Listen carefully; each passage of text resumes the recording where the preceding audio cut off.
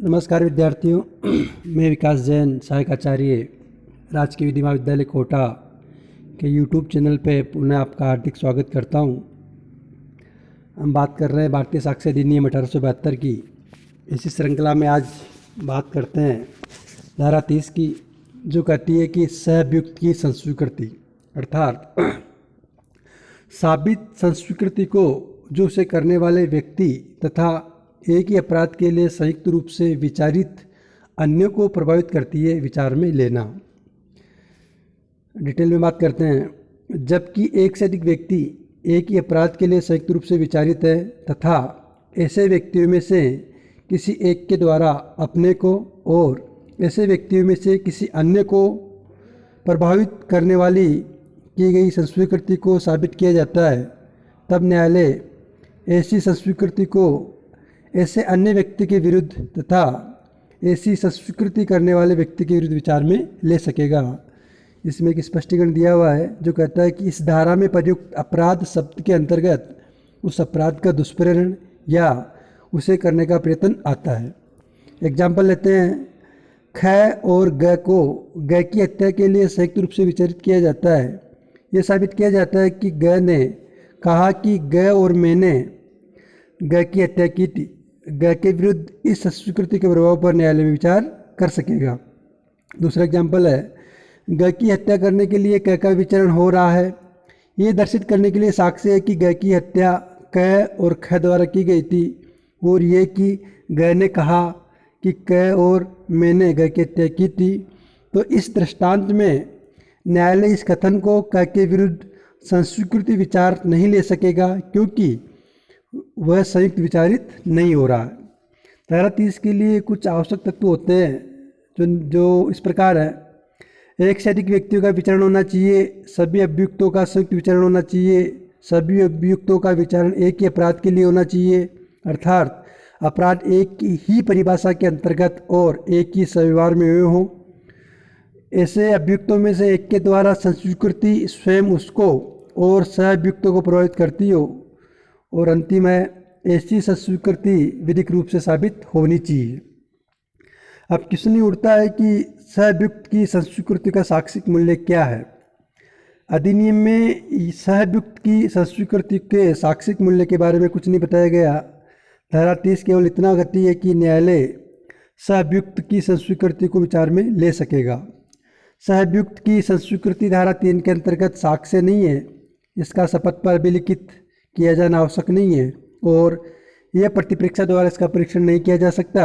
यह अत्यंत दुर्बल प्रकार का साक्ष्य है, और जहाँ तक कि किसी सह अपराधी के परीक्षाक्ष्य से भी अधिक कमजोर है, इसके आधार पर दंड देना उचित नहीं है। स्वतंत्र संपुष्टिकारी साक्ष्य का होना आवश्यक ही नहीं अपितु अनिवार्य भी है। सहअभियुक्त की संस्वीकृति सारवान साक्ष्य नहीं है। किसी सहअभियुक्त की संस्वीकृति को मुख्य साक्ष्य के रूप में नहीं माना जा सकता, और इसका प्रयोग केवल तभी किया जा सकता है जब अभियुक्त के विरुद्ध अन्य साक्ष्य ऐसी प्रकृति का हो जो स्वयं में उसकी दोषिता को सिद्ध करने के लिए पर्याप्त हो। इस संदर्भ में 2 जजमेंट है, एक भुवनी साहू बनाम सम्राट।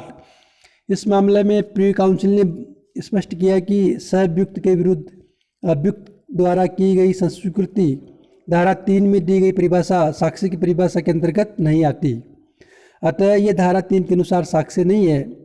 ऐसी संस्वीकृति शपथ पर नहीं की जा सकती एवं न ही सहअभियुक्त की उपस्थिति में की जाती है।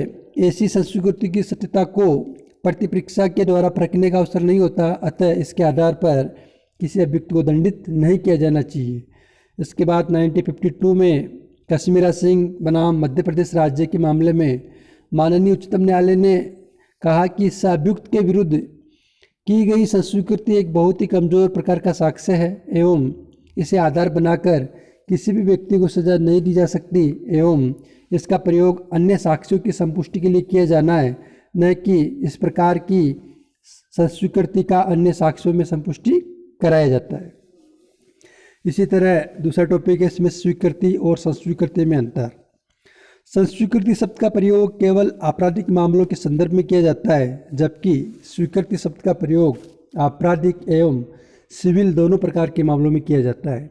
दूसरा, अभियुक्त के अभिकर्ता के द्वारा की गई संस्वीकृति अभियुक्त पर बाध्यकारी नहीं है, परंतु सिविल मामलों में पक्षकार के अभिकर्ता द्वारा की गई स्वीकृति पक्षकार पर बाध्यकारी होती है।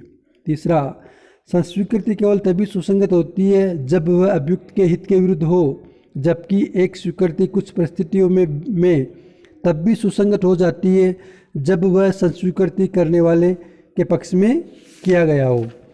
इसके बाद है, सिविल मामलों में सामान्यतः स्वीकृति सुसंगत नहीं होती यदि स्वीकृति स्पष्ट रूप से इस शर्त पर की गई हो कि इसका साक्ष्य नहीं दिया जा सकता, जबकि एक संस्वीकृति तब भी सुसंगत होती है जबकि वह गुप्त रखने के वचन पर किया गया हो।